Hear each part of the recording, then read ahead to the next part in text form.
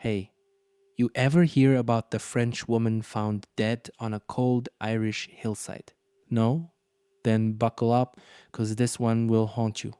We're talking December, just 2 days before Christmas. The wind's howling through West Cork like it knows something. Out there, past the stone walls and sheep fields, is a lonely holiday cottage. No neighbors, no streetlights, just ocean air and silence. And lying outside that cottage is a woman, face down in the gravel, her nightdress torn, her head crushed with a concrete block. Her name, Sophie Toscan du Plantier.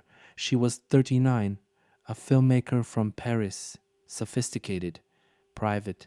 She came to Ireland for peace, inspiration, maybe even healing, but instead she died violently, alone, and outside, not in bed, not safe, but out there in the dark, just meters from her front door. There were no witnesses, no cameras, no suspects caught red handed, and no clear motive. From the jump, this case was chaos. And now, after almost 30 years, it's back in the spotlight because the Irish cops just brought in some serious firepower.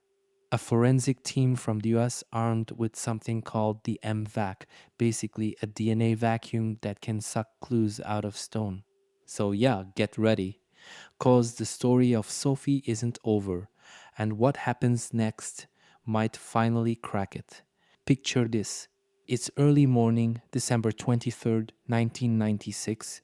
Sophie's neighbor walks up the quiet country lane like he probably had 100 times before, except this time he stops cold. There, in the gravel near the gate to Sophie's cottage, he sees something he'll never forget. Sophie, lying face down, her arms stretched forward, still in her nightclothes, her hair matted, her face almost unrecognizable. There was blood, a lot of it, and nearby a concrete block, heavy, stained, used like a weapon. No one broke in. There were no signs of robbery, no smashed windows, no doors forced open. It's like she walked out willingly, or maybe someone called her out there. And then something happened. They found strands of barbed wire nearby, a twisted gate, mud, blood on the stones, and not far from her body, her slippers still inside the house, meaning she went out barefoot. Why would she do that? At night, in winter, in a place where nothing happens, unless someone she knew or feared was already waiting outside. The scene didn't just scream violence, it screamed personal. This wasn't fast, it wasn't clean, it was messy, angry, brutal. But here's the thing, for all that chaos, the killer left barely a trace. No fingerprints, no shoe prints, no weapon clearly linked. The body told a horrific story, but the scene stayed mostly silent. And for the Gardaí, that silence became the loudest problem of all. So the Irish cops, the Gardaí, they roll up on that scene and immediately know this isn't your average West Cork tragedy. A French woman alone bludgeoned to death just days before Christmas. That's not the kind of case you shelve. That's international. That's pressure. That's headlines. They start looking hard and fast.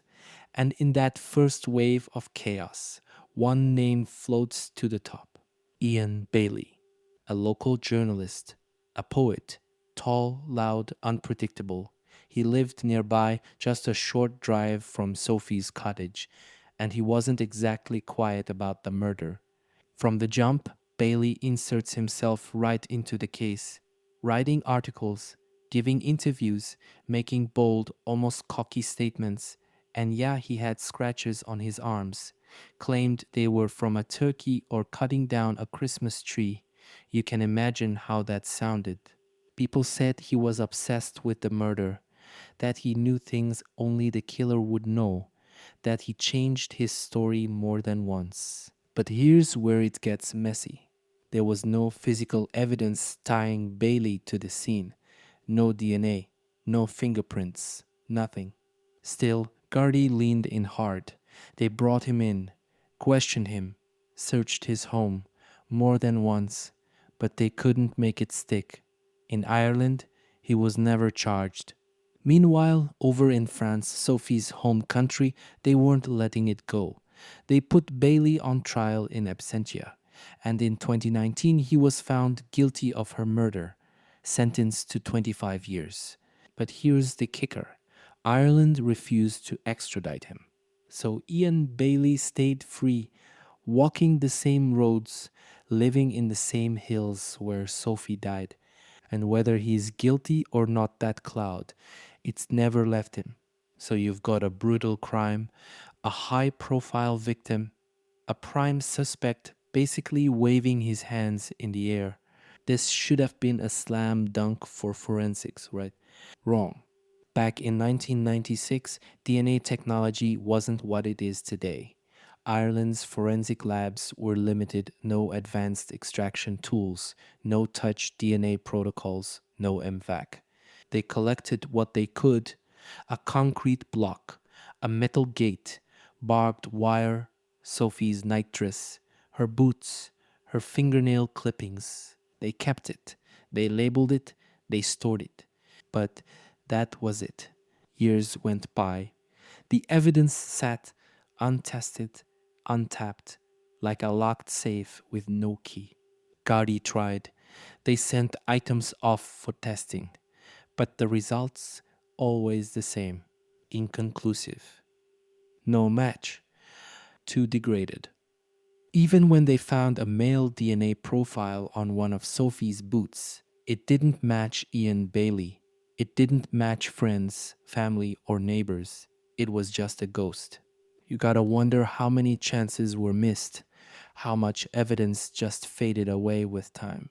And it wasn't just the tech, it was the urgency, the budget, the politics. Ireland wasn't used to murders like this.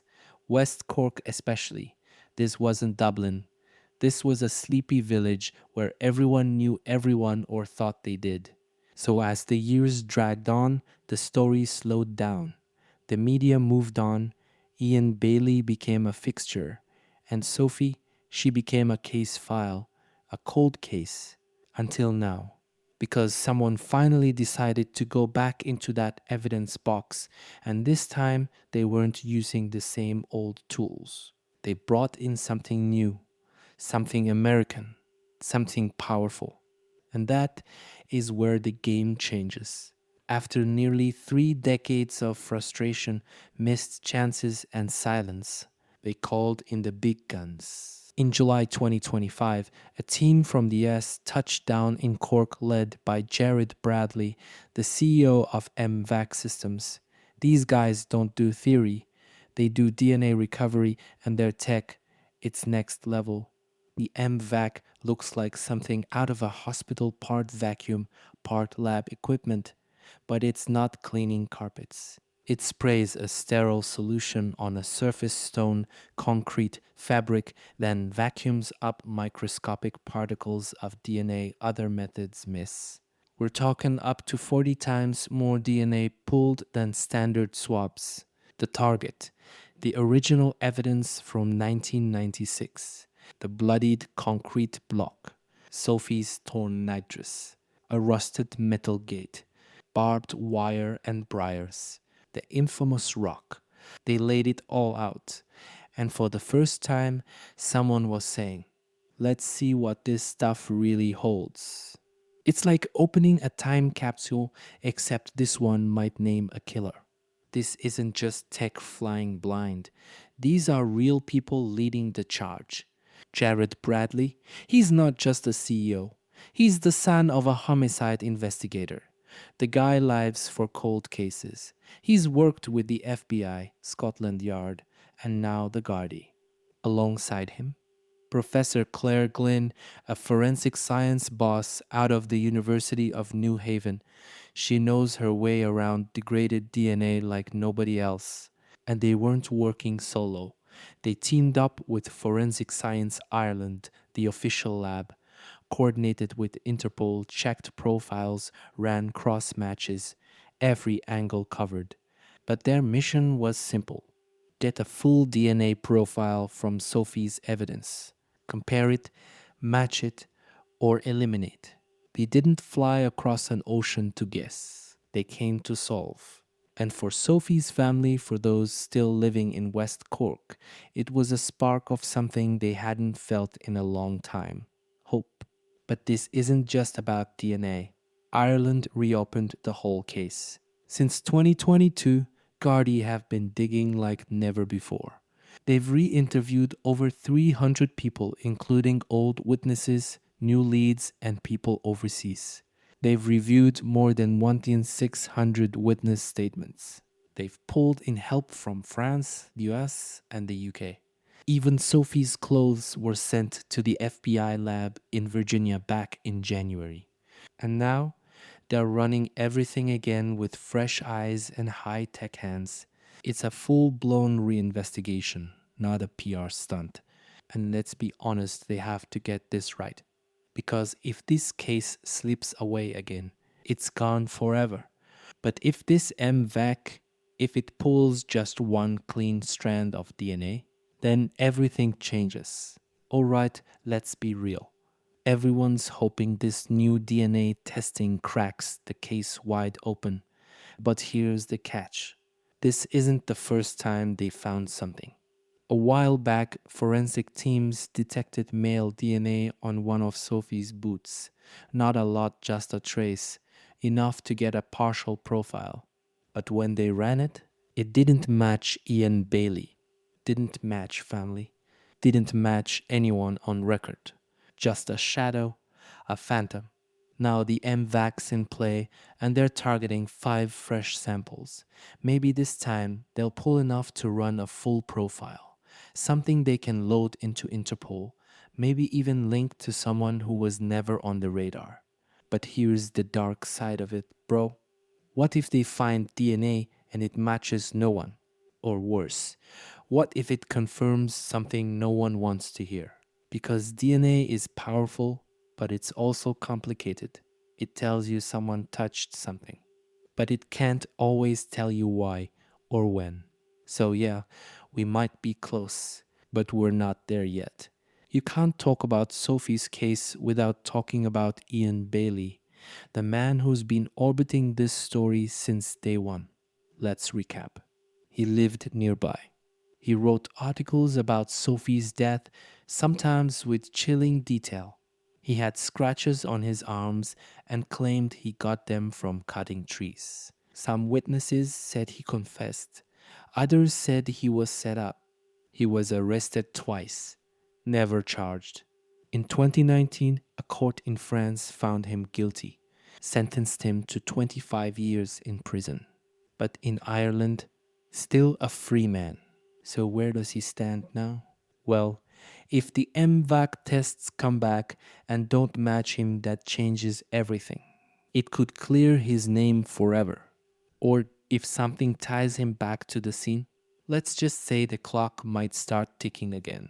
Whatever happens, Bailey's life has already been rewritten by this case. Whether he is guilty or not, he's never escaped Sophie's shadow.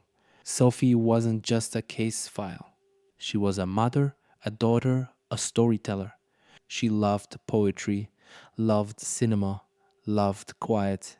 She came to Ireland for peace and met violence. Her family has fought for nearly 3 decades to keep her story alive. They didn't want revenge, they wanted truth. And now, finally, there's a real shot at it. This isn't just about closing a case. It's about giving Sophie her voice back, even if it comes through a drop of DNA on a blood-stained rock. So the question is, did her killer leave behind that final clue? And if so, will the system have the courage to act? If you followed Sophie's story, or this is your first time hearing it, I want to know what you think. Will this breakthrough finally crack the case? Or is justice still miles away?